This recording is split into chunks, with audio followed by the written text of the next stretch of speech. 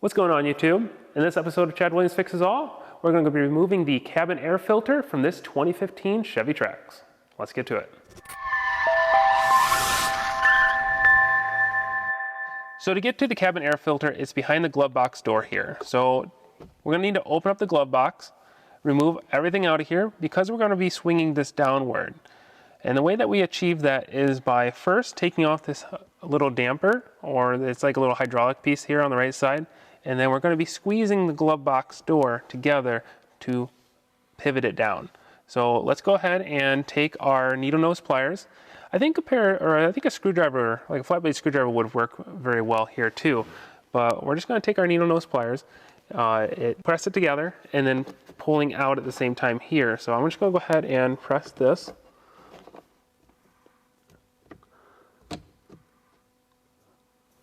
Pulling out, so it will remove and it will go ahead and swing upwards, and then we can go ahead and press together on the sides of the glove box door.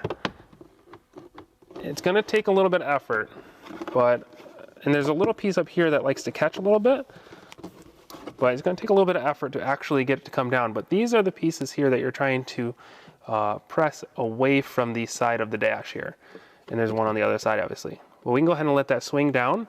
And now we can go ahead and focus on the two 7mm fasteners. We have one on this side and we have one on the other side that holds in the hinge.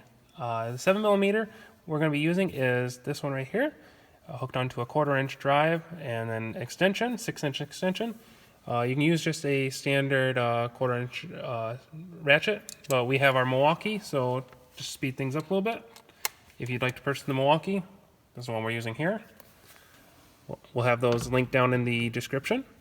So just back it out. I'll do the other one on the other side. You can see it kind of letting loose already. Now with those two fasteners out, we can go ahead and just pull out. Now they do have these little prongs that stick in. Might be a little hard to get out like mine was. Just got to pull it out straight as best you can. But now that we have the prongs out and the hinges off, you can see we have the glove box fully removed.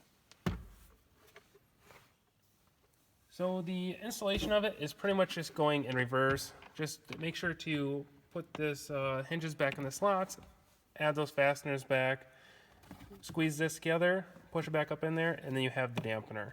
If you can do those three things, your glove box will be reinstalled and you'll be sitting great. So that concludes the how-to on how to remove the glove box from this 2015 Chevy Trax. It's going to be very similar to any other Trax model, but if you thought this video was helpful, please make sure to click like, subscribe to my channel, and also check out my other Trax videos. I've got a whole bunch out there, but until next time, thanks for watching.